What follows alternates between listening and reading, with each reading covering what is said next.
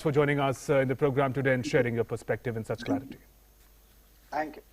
And returning to our top story, Prime Minister Narendra Modi laid the foundation stone of the new Parliament building.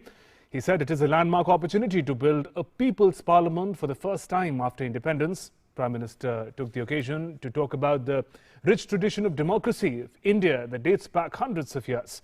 The success and strengthening of democracy is the true spirit of Parliament, he said. He also added that the new building is a symbol of India's hope and aspirations that will lead the nation to greater heights. Prime Minister Narendra Modi laid the foundation stone of the new Parliament building on Thursday. A prayer meeting with priests from different religions was also held on the occasion. Speaking on the occasion, the Prime Minister said that today is a milestone in India's democratic history, filled with the idea of Indianness.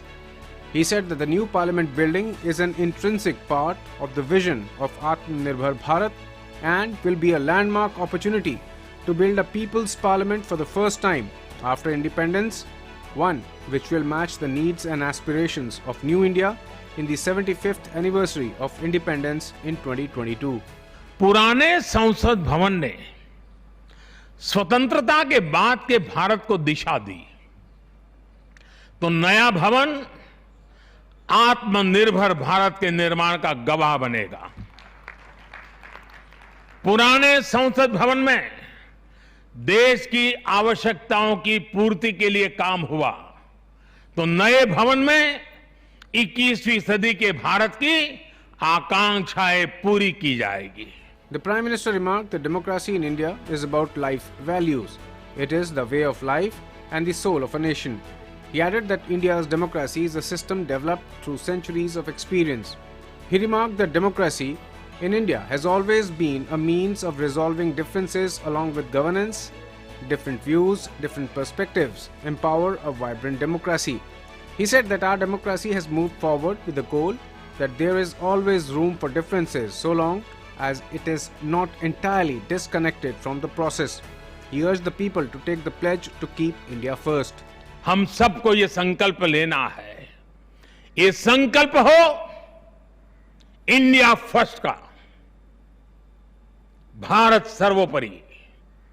हम सिर्फ और सिर्फ भारत की उन्नति, भारत के विकास को ही अपनी आराधना बना ले। हमारा हर फैसला देश की ताकत बढ़ाए, हमारा हर निर्णय, हर फैसला एक ही तराजू में तोला जाए और वो तराजू है देश का हित सर्वोपरि। Prime Minister also presented an agenda on how the nation will progress and where it will reach after a century of independence. हम भारत के लोग ये प्रण करें, हमारे लिए देश हित से बड़ा और कोई हित कभी नहीं होगा। हम भारत के लोग ये प्रण करें, हमारे लिए देश की चिंता अपनी खुद की चिंता से बढ़कर होगी। हम भारत के लोग ये प्रण करें, हमारे लिए देश की एकता अखंडता से बढ़कर कुछ नहीं होगा। हम भारत के लोग ये प्रण करें, हमारे लिए देश के संविधान की मान मर्यादा और उसकी अपेक्षाओं की पूर्ति जीवन का सबसे बड़ा ध्येय होगी। The event was also attended by Lok Sabha Speaker Om Birla, Union Minister for Parliamentary Affairs Prahlad Joshi, Union Minister Hardeep Singh Puri, among others. Om Birla listed the reasons for the construction of a new Parliament building. लोकतंत्र के बढ़ते स्वरूप ने संसद और सांसदों का उत्तरदायित्व को बढ़ाया है।